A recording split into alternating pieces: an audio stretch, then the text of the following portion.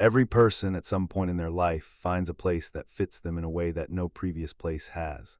Not because the place is perfect, no place is, but because something in its particular texture, its specific rhythm, its way of holding both the anonymous and the extraordinary in the same moment, corresponds to something interior that had previously been without a home. For most people, this discovery is unremarkable, a private alignment between a person and a geography.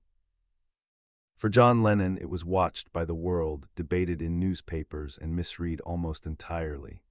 When he left England in 1971 and settled in New York City, the press described it as an exile, a retreat, a flight from the wreckage of the Beatles and the hostility of a British establishment that had never forgiven him for being difficult. What it actually was, what John himself would come to understand it as slowly and without announcement over the years that followed, was something entirely different. It was the discovery, at the age of 31, of the first place he had ever lived where it was possible to be both famous and ordinary simultaneously, where the city's own scale and velocity and democratic indifference made space for him to exist as a person rather than a monument. Where he could walk to a bakery in the morning and be, for the duration of that walk and that transaction, simply a man who wanted bread. New York did not give John Lennon his talent. It did not give him his voice or his songs or the particular quality of restless intelligence that had made him what he was, but it gave him something that England, for all its familiarity, had not been able to provide in years. It gave him back to himself. The story of how that happened is quieter than most John Lennon stories. It does not involve a stadium or a press conference or a political statement. It involves a city and a man learning to live in it, and it is, in its own understated way, one of the most important chapters of his life. England had made John Lennon famous and then found it very difficult to forgive him for it. This is not a uniquely English problem. Every culture produces this dynamic, the elevation, and then the resentment of those who rise too far above the expected horizon. But there was a specific quality to the English version of it that John felt with particular acuity. The same working-class Liverpool roots that had made him legible and lovable as a young musician became, once he was successful beyond a certain threshold, a kind of implicit accusation. He had gone too far. He had acquired opinions and a wife and an artistic practice that did not stay neatly within the box that his origins were supposed to define. He had become, in the eyes of certain parts of the English establishment, not a source of national pride, but a source of national irritation. The controversies had accumulated. His 1966 statement that the Beatles were more popular than Jesus had generated a firestorm in America that had largely subsided by the time it reached England, but its residue remained, the sense of a man who did not understand the appropriate limits of his own platform.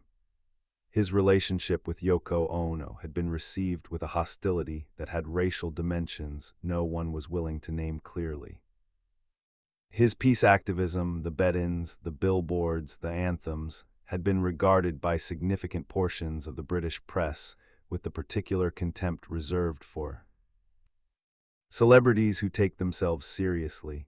By 1971, John was tired. Not the tiredness of exhaustion, though there was that too, but the specific tiredness of someone who has been fighting on too many fronts for too long and has begun to wonder whether the fighting itself has become the point, whether the posture of resistance has replaced the substance of what was being resisted for. He needed to stop. Not permanently. John Lennon was constitutionally incapable of stopping permanently, but temporarily, long enough to remember who he was when he was not at war with something.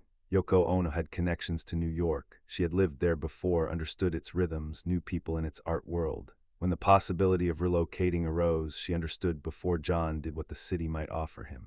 She did not pitch it as a solution to anything. John was resistant to solutions framed as such. She simply made it possible and waited. They arrived in New York in September 1971, initially staying at the St. Regis Hotel on Fifth Avenue while arrangements were made for something more permanent. The city received them without ceremony, which was itself a form of ceremony for someone who had not experienced its absence in years. The doorman at the St. Regis knew who he was. The journalists who tracked their movements knew who he was. But the city at large, the 8 million people going about their lives on the streets below, proceeded with the magnificent indifference that is New York's most democratic quality. He was famous here. He was also in the context of a city that contained 8 million people and produced its own celebrities at industrial scale, merely one more extraordinary person among many. He began walking. This sounds unremarkable, and it was not. In England, in the years since Beatlemania had reached its full intensity, walking had become logistically complicated, a security calculation, a risk assessment, an activity that required planning and often abandonment. In New York, at least in those early months, he discovered that he could walk, not everywhere, not always, and not without eventually being recognized. But the city's pace and density created a kind of cover that English streets and English social dynamics had never offered. He could move through it. He could be in it rather than above it, observed rather than exhibited. He walked through Central Park in the mornings, when the paths were occupied by joggers and dog walkers and people on their way to work who had no particular interest in him. He walked through the Village and Soho, through neighborhoods that were in 1971 still rough at the edges, that had not yet been refined by the decades of prosperity that would eventually reshape them. He walked through streets that were genuinely indifferent to his presence, and the indifference was, after years of the alternative, something close to luxury. The apartment came in the spring of 1972. The Dakota on the Upper West Side at 72nd Street and Central Park West, a building of Gothic revival grandeur that had been home to artists and musicians and writers since its construction in the 1880s. The apartment was large and somewhat chaotic in those early years, filled with the combination of art and instruments and the general productive disorder of two creative people living and working in the same space. Yoko managed the business side of their life with a precision that complemented John's constitutional inability to manage anything administrative. He made music and argued about politics and walked to the park and gradually became a New Yorker. He became a New Yorker not in the sense of acquiring the city's particular aggressive self-confidence. That was never his style, and the city had enough of it without his contribution. He became a New Yorker in the more fundamental sense of learning the city's texture, which bakeries opened early, which parks were good in which seasons, which streets to avoid and which to seek out.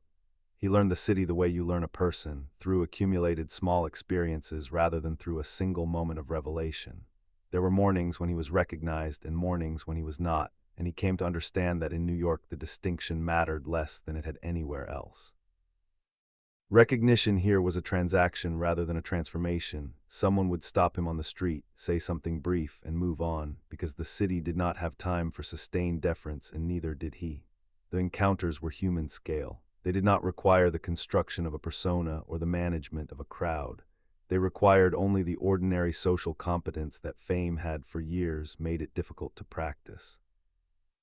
He found in these small exchanges a version of himself he had not had regular access to since before the Beatles became what the Beatles became. A version that was curious and direct and occasionally funny without the wit being defensive, that could be surprised by things, that could stand on a street corner in the rain waiting for a light to change and be, for those 30 seconds, indistinguishable from anyone else waiting for. The same light, the music this period produced reflected the change. Working Class Hero, released in late 1970 but carrying the spirit of what would fully flower in New York, was direct in a way that his Beatles work, for all its honesty, had rarely been, stripped of arrangement and ornament, just a voice and an acoustic guitar, and a kind of sorrow that did not require embellishment. Imagine, recorded before the move but released in October 1971 as they were settling in, carried the specific quality of someone trying to articulate a vision of the world from a new vantage point. The city was already changing the angle from which he saw things, even before he had fully arrived in it. The years between 1971 and 1975 were turbulent in ways that had nothing to do with the city itself. The Nixon administration's attempts to deport John, a legal battle that consumed 4 years and significant energy, rooted in John's anti-war activism and the administration's view of him as a political liability, meant that the freedom he had found in New York was never entirely secure. He could not leave the country without jeopardizing his immigration case. He was, for a period, not quite resident and not quite exile, a man who had chosen a city and was now required to fight for the right to stay in it. The irony was not lost on him. He had come to New York partly to escape the feeling of being politically targeted in England, and had arrived into the middle of a political targeting that was, in its American form, considerably more organized and better funded. The FBI maintained a file on him. Immigration officials reviewed his case with a deliberateness that suggested instructions from above. His lawyer Leon Wildes worked the case through the courts with a tenacity that matched John's own, and eventually, in October 1975, the same week John Lennon was born, the deportation order was overturned. The timing of Sean's birth and the legal victory arriving simultaneously was the kind of confluence that John, who had a poet's instinct for the significance of coincidence, found meaningful in ways he did not entirely rationalize. The city had held him through the fight. He had fought for the city. And on the same day that he was confirmed as someone who had the right to remain, a new person arrived who had the right to begin. He was 35 years old. He had been famous for 13 years. He was a father for the second time. Julian, his first son with Cynthia, was 12, and this time the circumstances were different. He was in a city that fit him. He was in a relationship that sustained him. He was, for the first time in a very long time, not at war with his surroundings. The 5 years that followed were the years of withdrawal. John stopped recording, stopped touring, stopped giving interviews. He stayed home. He raised Sean with an attention and daily presence that was, in its own way, a form of making, the making of a relationship, the making of a childhood, the making of a kind of ordinary life that fame had previously made impossible. He cooked. He baked bread. He read voraciously, books on history, on art, on the city itself. He played with his son on the floor of the Dakota apartment and walked him through Central Park and took him to the zoo and sat with him in the kitchen while bread rose and the radio played, and the city continued its enormous indifferent life outside the window. Yoko managed the commercial dimension of their life, the investments, the properties, the business decisions that John had never been equipped for and now had no interest in pretending to be. This division of labor was practical and also something more than practical. It freed John to be present in ways that his father Alfred had never been present for him, to offer his son the daily continuity that he himself had been denied. The choice was not performed. It was not announced as a statement about fatherhood or about his own history. It was simply what he did every day in a city that had room for it. The people who knew him in this period speak about it with a consistent quality of surprise. Surprise not that John Lennon was capable of this kind of life, but that he seemed genuinely to want it. That the withdrawal was not performance, not a strategic pause before a return, but an actual and freely chosen condition. He was not bored. He was not restless in the way that people predicted he would be. He was, the accounts suggest, content in a way that he had not previously experienced for any sustained period.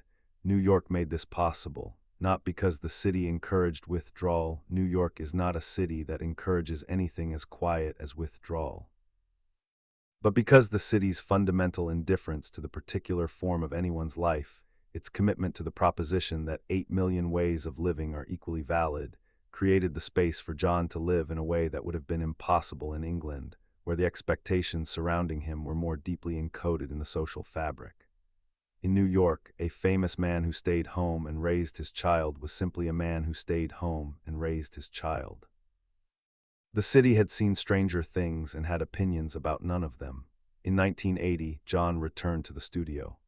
The decision was gradual rather than sudden, a re-engagement with music that had been building through the later part of the domestic years, a sense that the withdrawal had done what it needed to do and that it was time now to bring what it had given him back into the work.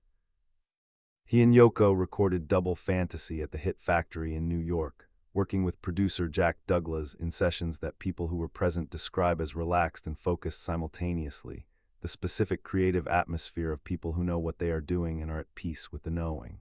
The album that emerged carried the quality of the city in its bones, not because it sounded like New York in any programmatic sense, but because it had the specific texture of someone who had found their place and was making music from inside that security rather than in search of it. The songs were direct without being simple, personal without being indulgent. Starting Over had the quality of a person who had been somewhere quiet and was now, with full awareness of what they were returning to, choosing to return. He gave interviews in the months before his death with a reflectiveness that surprised journalists who had expected the old combativeness and found instead someone who seemed settled.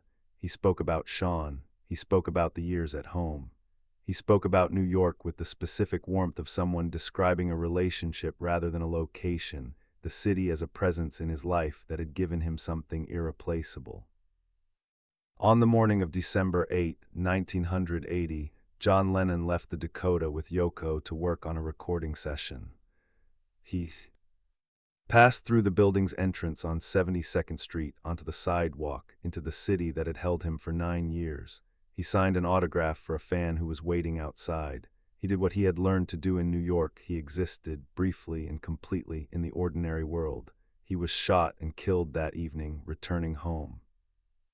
The city grieved in the way that cities grieve their own, not as nations grieve, with ceremony and official language, but personally in the streets and in the park across from the Dakota, where people gathered spontaneously and sang his songs back into the dark.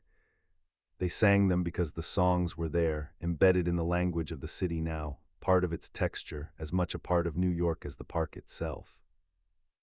John Lennon had come to New York looking, without fully knowing it, for a place where he could be a person. The city had given him that, and in return he had given the city something that outlasted him, music that belonged to it now, that played in its apartments and on its streets and in the voices of the people who gathered in Central Park on that December night and sang because the alternative, the silence, was not available to people who had loved something that much. That is what the city gave him, and what he left inside it.